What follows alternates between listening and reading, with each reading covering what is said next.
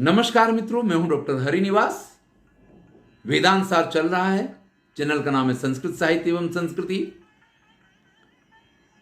हमने आत्मा का विवेचन प्रारंभ किया है। शुरुआत की अत्यंत प्राकृत लोग, अत्यंत अज्ञानी लोगों से, जो पुत्र को ही आत्मा मानते हैं। इससे आगे बढ़े तो कुछ चारवाक वाले शरीर को आत्मा मानते हैं, उसकी बात हुई। यात्रा आगे जब चालू रखी तो पता चला कि चारवाक लोगों का एक अन्य मत है जो इंद्रियों को आत्मा मानता है। हमने और आगे खोज चालू रखी तो हम पहुंचे कि दूसरे चारवाक लोग जो हैं वो कहते हैं कि नहीं, इंद्रियां नहीं, प्राण आत्मा है, क्योंकि प्राणों के बिना इंद्रियां काम नहीं करती हैं। और आगे बढ़े तो उन्होंने कहा कि नहीं भैया, प्राण आत्मा नहीं है, मन आत्मा है। तब तक बौद्ध लोग आ गए और उन्होंने कहा कि मन नहीं, बुद्धि आत्मा है, बुद्धि को आत्मा माने। तब तक वहां प्रभाकर मिश्र वो एक अपना मत लेके आए कि भैया ये सब चीजें बेकार हैं, यहां तो जो अज्ञान है वही, तो भैया वहां अज्ञान को उन्होंने आत्मा मान लिया। और आगे बढ़े तो कुमारिल भट्ट ने कहा कि नहीं भैया, आप बहुत गलती कर रहे हो, अज्ञान तो जड़ है और जड़ कभी किसी का प्रवर्तक नहीं हो सकता है, किसी का प्रेरक बल नहीं हो सकता है। तो उन्होंने कहा कि अज्ञान उपहित चैतन्य, जिसको आप ईश्वर कहते हैं, प्राज्ञ कहते हैं, वो आत्मा है। चलिए, इतना तो हम देख चुके हैं कल की वीडियो में। आज हम इससे आगे बढ़ते हैं। इसके बाद बौद्धों का मत आता है, असद एवेदमग्र आशीद। श्रुति का एक वाक्य है कि भाई ये जो कुछ आपको दिखाई दे रहा है ना, अज्ञानोपित चैतन्य हो, ये पूरी जो सृष्टि है, ये जो कुछ भी आप देख रहे हैं ना, असद एव तद अग्रमासीत, ये जब नहीं था तब कहीं कुछ नहीं था। यानी सृष्टि से पहले सर्वत्र शून्य विद्यमान था। और जैसे सुसुप्तावस्था में से उठा हुआ व्यक्ति सुसुप्तावस्था में वो था नहीं था, शून्यवत उसका आभास उसको हुआ करता है, ये इस बात का प्रमाण है कि शून्य ही आत्मा है। चलिए भैया, ईश्वर भी आत्मा नहीं है, प्राज्ञ भी आत्मा नहीं है, अज्ञान भी आत्मा नहीं है। इससे पहले मन की बात, बुद्धि की बात हुई, मन की बात हुई। हम काफी लंबी यात्रा करके आए हैं, हम पहुंचे शून्य तक। ये बौद्ध धर्म के मतानुयायी क्या कहते हैं कि जब सृष्टि नहीं थी तब शून्य था, सृष्टि से पहले शून्य था, सृष्टि के बाद भी शून्य होगा, और जब सृष्टि है इस स्थिति में भी शून्यावस्था तो है। भाई, हम प्रत्यक्ष इस चीज का अनुभव करते हैं। आज हम क्या हैं ये तो हमें पता है, कल हम क्या होंगे इसकी हम कल्पना भी करते हैं, लेकिन हम पहले क्या थे, इस जन्म से पहले हम क्या थे, भाई किसी को पता नहीं है, किसी को याद नहीं होता है।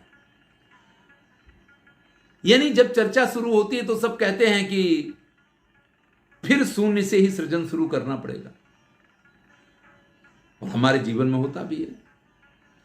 हर बार अगर पुनर्जन्म का सिद्धांत सच है, जो कि हम आस्तिक, हम उसको मानते हैं, तो हर बार पढ़ना पड़ता है, और वो प्रारंभ हमारा शून्य से ही होता है। तो ये बौद्ध लोग कहते हैं कि इस सृष्टि से पहले भी शून्य था और इस सृष्टि के बाद भी शून्य होगा। यानी जिसको आप कहते हैं कि सर्वत्र विद्यमान तत्व है, वो आत्मा और कुछ नहीं, वो शून्य ही आत्मा है। बौद्धों के इस शून्यवाद तक पहुंचते पहुंचते इसके पहले के जितने वाद थे उनका अपने आप खंडन हो गया। यानी पुत्र को आत्मा मानने वाले का खंडन, जो शरीर को आत्मा मानते हैं उन्होंने किया, शरीर को आत्मा मानने वाले का खंडन इंद्रियों को आत्मा मानने वाले ने किया, और इस प्रकार से वो एक परंपरा चली कि पुत्र से लेके और जो अज्ञानोपेत चैतन्य को आत्मा मानते थे उनका भी खंडन शून्य को आत्मा मानने वालों ने किया।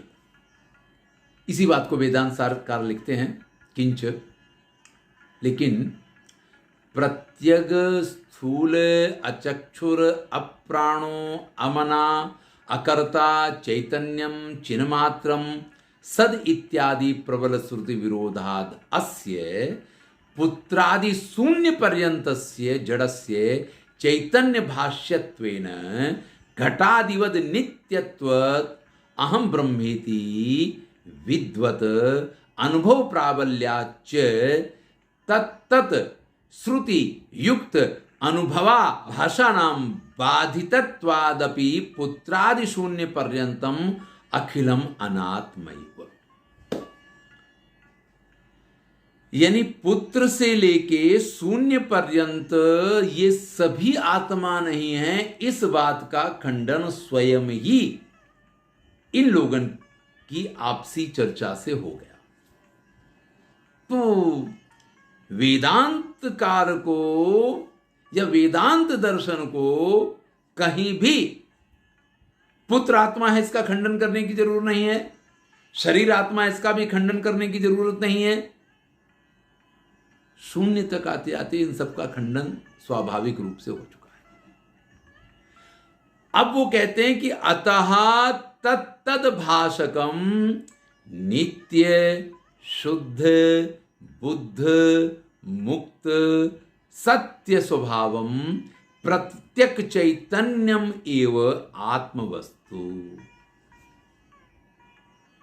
इसलिए भैया ये जो चर्चा शुरू हुई ना, कोई स्थूल है, कोई अचक्षु है, कोई अप्राण है, कोई अमन है, कोई अकर्ता है, कोई चैतन्य है, कोई चिन्मात्र है, ये उन्होंने एक दूसरे का खंडन करते हुए इन सारी बातों को जो प्रस्तुत किया है उससे ये सब कुछ क्लियर हो गया कि इनमें से कोई भी आत्मा नहीं है। तो आत्मा क्या है? तो कहते हैं नित्य शुद्ध बुद्ध मुक्त। ये आत्मा के विशेषण है। ये जितनी प्रक्रिया की चर्चा हमने की है पुत्र से लेकर के शून्य पर्यंत, इन सब का जो भाषक है इन सब का आप उसको मुख्य कारक मान सकते हैं। जो कैसा है, नित्य है, कभी नष्ट नहीं होता है, शुद्ध है, बुद्ध है। शुद्ध आप जानते हैं, बुद्ध परम ज्ञानी है, मुक्त है, जो कभी बंधनों से नहीं बंधा करता है।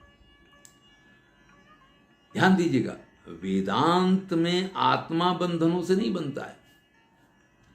वहां जो सूक्ष्म शरीर है ना, सूक्ष्म शरीर आत्मा नहीं है। आपके कर्मों के बंधनों से बंधता है सूक्ष्म शरीर, आत्मा बंधन से नहीं बनता है। इसलिए यहां इसको मुक्त कहा है।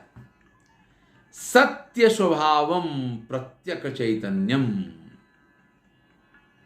एवं आत्मवस्तु, वही आत्मा तत्व है। वेदांत विद्वद अनुभवा, ये वेदांत के जानने वालों का अनुभव है। यानी वेदांती लोग उस तत्व को जो इस पूरी सृष्टि का संचालक है, जितनी बातें आत्मा के विषय में कहेंगे उन सब का जो भाषक है वो नित्य शुद्ध बुद्ध मुक्त सत्य स्वभाव जो है, वो प्रत्येक चैतन्य, प्रत्येक में चैतन्य रूप से विद्यमान। यानी इस पूरी सृष्टि को चलाने के लिए जिस चैतन्य तत्व की जरूरत है, यानी ईश्वर अज्ञानोपित चैतन्य है, लेकिन उसका भी चैतन्य, आपको याद हो तो चर्चा हुई थी कि वो एक वृक्ष के अंदर का आकाश या एक वन के अंदर का आकाश। तो ईश्वर एक वन के आकाश की तरह है और प्राज्ञ जो हो ईश्वरीय आकाश की तरह है। ऐसा घट के अंदर का आकाश, ऐसा मठ के अंदर का आकाश और इन सब आकाशों का एकमात्र आधार जो आकाश है, उसी प्रकार से इन सारे चैतन्यों का जो आधार चैतन्य है, वो चैतन्य वास्तव में आत्मा है। एवं अध्यारोप, अब भैया यही तो अध्यारोप है कि जो आत्मा है उसके अतिरिक्त हम कभी अपने पुत्र को आत्मा माने, तो कोई अपने शरीर को आत्मा माने, तो कोई अपनी इंद्रियों को आत्मा माने, कोई अपने प्राण को आत्मा माने, तो कोई अपने मन को आत्मा माने, कोई अपनी बुद्धि को आत्मा माने। इस प्रकार से अब कहाँ तक इसकी चर्चा करूं, आपसे कई बार कह चुका हूं, आप कहेंगे फिर रिपीट कर रहे हैं, लेकिन यही अज्ञान है, यही अध्यारोप है। यहां पे क्या कहा है, यही अध्यारोप है कि जो आत्मा है उसको तो हम पहचानते नहीं है और दूसरे को हम आत्मा मानते रहते हैं। तो भैया इस आत्मा के निर्णय में हमने किन किन सिद्धांतों को देखा, जरा हम उनके नामों की चर्चा करते हैं। एक अति प्राकृतिक लोगों का सिद्धांत था जिन्होंने पुत्र को आत्मा माना। फिर स्थूल शरीरात्मवादी चारवाकों की चर्चा हुई जिन्होंने स्थूल शरीर को ही आत्मा मान लिया। फिर इंद्रियात्मवादी चारवाक की चर्चा हुई, उन्हें इंद्रियों को आत्मा माना है। फिर हमने प्राणात्मवादी चारवाकों की चर्चा की जिन्होंने प्राणों को आत्मा माना। फिर हमने मनात्मवादी चारवाकों की चर्चा की जिन्होंने मन को आत्मा माना। फिर हमने बौद्धों की चर्चा की जो विज्ञानवादी हैं और उसके आधार पर हमने बुद्धि को आत्मा माना। फिर हमने प्रभाकर मिश्र मीमांसकों की चर्चा की, नैयायिक भी इसी मत को मानते हैं और ये अज्ञान को आत्मा मानते हैं। फिर हमने कुमारिल भट्ट जो मीमांसक हैं उनके मत की चर्चा की और वो जो हैं अज्ञानोपहित चैतन्य को, यानी जिसको आप ईश्वर या प्राज्ञ कहें, उसको आत्मा मानते हैं। और इसके बाद हमने माध्यमिक मतावलंबी शून्यवादी बौद्धों की चर्चा की जो शून्य को आत्मा मानते हैं। और इन सब के बाद हमने वेदांत जिस शुद्ध बुद्ध चैतन्य को आत्मा मानता है उसकी चर्चा की।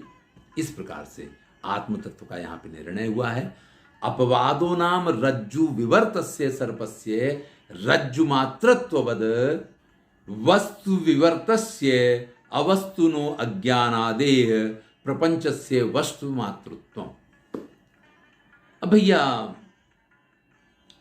अध्यारोप तो आपको कह दिया, अब अपवाद क्या है? तो उन्होंने कहा कि जैसे जो रस्सी है उसको हमने सर्प मान लिया था और हमें वास्तविकता का ज्ञान हो जाए और हम ये जान जाएं कि ये सर्प नहीं रस्सी है, तो ये जो अध्यारोप उसके ऊपर हुआ था उसका अपवाद हो जाएगा। इसी प्रकार से हम उस आत्म तत्व को पहचान लें और जिन जिन को हम आत्मा मान रहे हैं वो वास्तव में आत्मा नहीं है। ये तो पुत्र है, ये तो शरीर है, ये तो इंद्रियां हैं, प्राण हैं। इन सब के वास्तविक रूप में उनको पहचान लें और उनको आत्मा नहीं मानेंगे तो आत्मा क्या है ये जानने की एक इच्छा रहेगी। और जब हम उसकी शोध करेंगे और जब हम ब्रह्म को ही वास्तव में जान पाएंगे तो यही तो अपवाद होगा। चलिए इसकी चर्चा हम अगले वीडियो में करेंगे विस्तार से। मैं हूं डॉक्टर हरिनिवास। आप इस समय आनंद ले रहे हैं वेदांत सार का।